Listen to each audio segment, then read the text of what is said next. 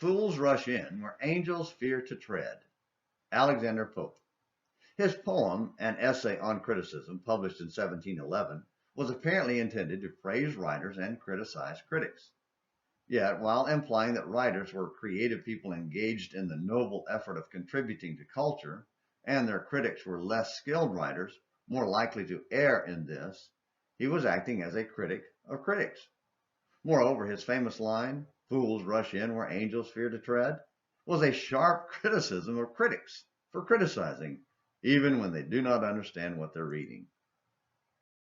Well, at the risk of being considered a fool, today's Saturdays in the Psalms edition of Morning Minutes in the Bible and An American Missionary rushes in to discuss David's writing in Psalm 34.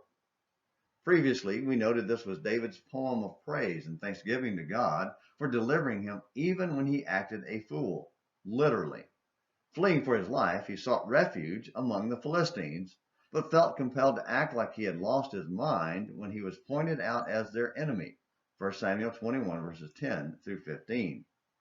Despite his momentary loss of faith and act of deceit, God delivered him, and David knew it.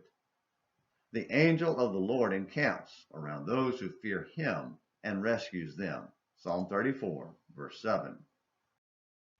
Recalling the angel of the Lord who stood between Israel and the army of Egypt, Exodus 14 verses 19 through 20, and acted on behalf of God's people in so many other instances, restored his faith in Yahweh.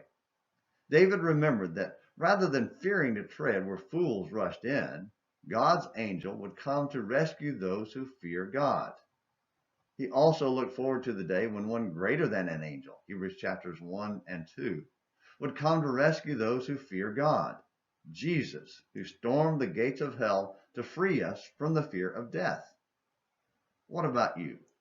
Do you believe in God's Son, who not only became much better than the angels as he has inherited a more excellent name than they, Hebrews 1 verse 4? Do you trust in the one who briefly lowered himself below the angels by taking on flesh to taste death for everyone, so that through death he might render powerless him who had the power of death, that is the devil, and might free those who through the fear of death were subject to slavery all their lives? Hebrews 2:9 and 14 and 15. David, looking ahead to the one he didn't fully understand, Acts 2:31, trusted God for deliverance. Having the benefit of looking back to the cross and the Lord's victory over the devil, will you trust him for your deliverance?